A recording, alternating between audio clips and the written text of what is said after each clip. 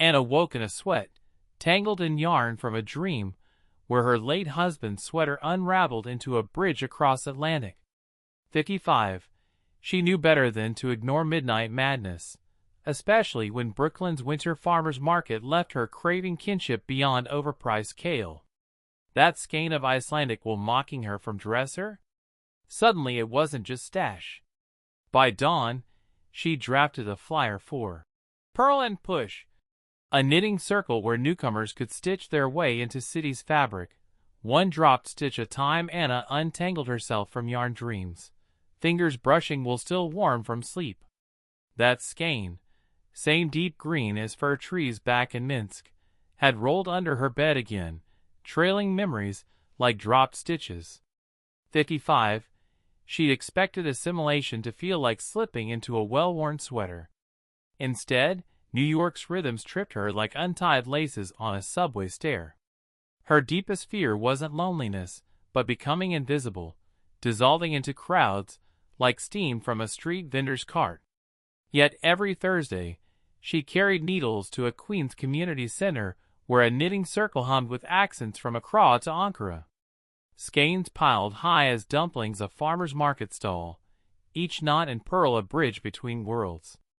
Anna hesitated before casting on for a newcomer from Oaxaca, their hands mirroring clumsy steps of a middle-aged salsa lesson. Laughter unraveled tension, wool softened edges. She taught cable stitches while learning slang from teens who called her Tia. That green yarn, once a lifeline to her past, now stitched pockets of belonging, proof that even frayed threads could weave something whole. By winter, her scarves warmed necks in 3 burrows, each twist of fiber a quiet rebellion against erasure. Hands that once trembled now moved with steady click of subway tracks, stitching not just sweaters, but a net to catch others mid-fall. Woman untangled herself from yarn dreams, chuckling how even sleep couldn't escape knitting's grip. Morning light hit her Brooklyn apartment, where half-finished scarves sprawled like colorful snakes. 55. She'd mastered 3 languages but still fumbled with subway etiquette. Yesterday's misstep involving an overstuffed tote and a turnstile still burned her cheeks. Yet we'll never judged. Each skein held quiet promise, loops forgiving dropped stitches just as she wished the city would forgive her accent. Her salvation came via flyer at Queens Farmers Market, wedged between kombucha and heirloom tomatoes. Stitch and belong.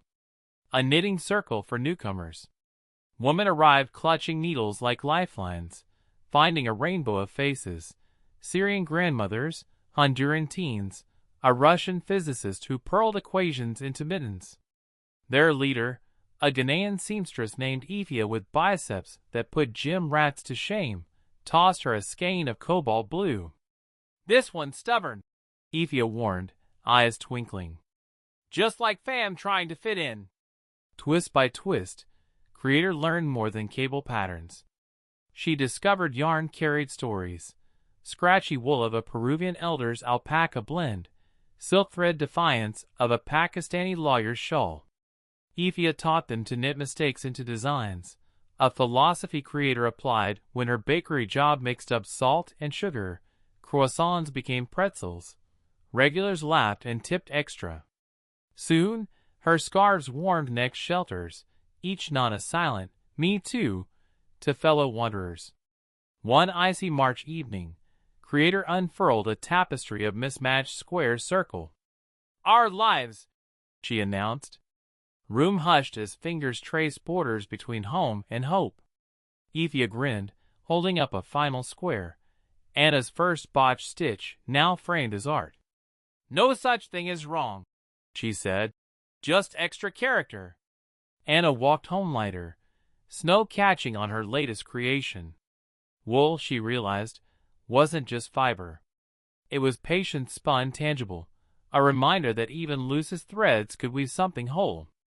Anna untangled herself from yarn with a snort, midlife crisis or fiber art rebellion. Her Brooklyn studio smelled of sheep and stubbornness, skeins stacked like unspoken apologies. Outside, winter slapped concrete, but immigrant grandmas already clustered around her stoop, needles clicking Morse code for "we're still here." She'd started this knitting circle as a joke 3 winters back, some half-baked idea that Wool could stitch together what English classes couldn't. Now Syrian aunties purl Persian curses into scarves, Dominican abuelas turned grief into zigzag dishcloths. Anna's own Russian accent hid in knit-to-purl-to rhythms, less broken and more reinvented, like a drop-stitch salvaged with finesse. Farmers' market mornings tested her resolve.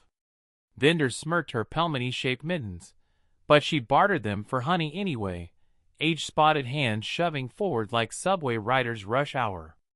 Some days assimilation felt like forcing alpaca wool through a size 3 needle, possible, but bound to snap something. Her unraveling came in March. A fresh-off-plane Eritrean teen stared tangled yarn like it was calculus. Anna's fingers faltered. What if this whole thing was just privilege nonsense? Then girl grabbed crimson wool, looped it over her hijab pin, and twisted a knot even sailors would envy. Circle erupted in cackles, someone passing around cardamom buns. By June, their creation smothered park benches downtown, free for anyone needing warmth. Tourists mistook them for art installations. Locals recognized survival tactics.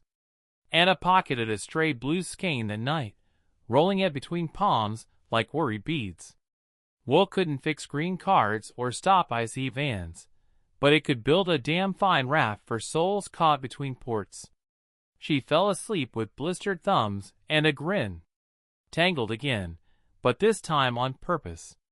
She untangled herself from yarn dreams, fingers itching for needles.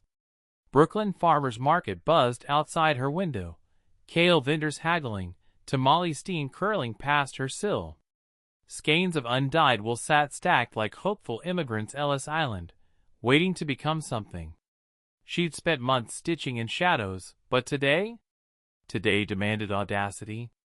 With a deep breath, woman hauled her knitting circle's masterpiece, a tapestry woven from scraps donated by newcomers, to a vacant stall between sourdough and spice cider. Fingers trembled as she pinned it up, a mosaic of faces, flags, and fractured English phrases stitched into a woolen skyline. One bold thread spiraled through chaos. A single scarlet skein she'd salvaged from her grandmother's trunk, anchoring chaos like an umbilical cord. A hipster clutching Matchaw side-eyed her. "Grandma's quilt convention?"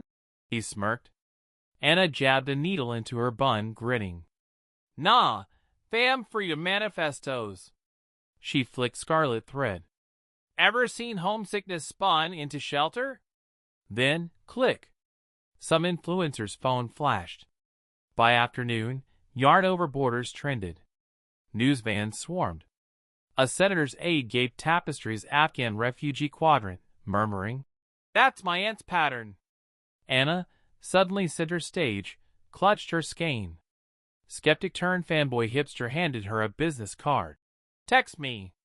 Got a gallery." Laughter bubbled up as she noticed her mismatched socks peeking beneath display table, one argyle, one polka dot. Classic Anna. Wind caught tapestry, making stitched voices ripple.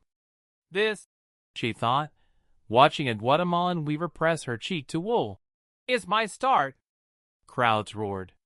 Needles clacked like tiny rebellions. And that damn scarlet thread? It gleamed. Anna's fingers moved with purpose, each stitch a quiet rebellion against loneliness.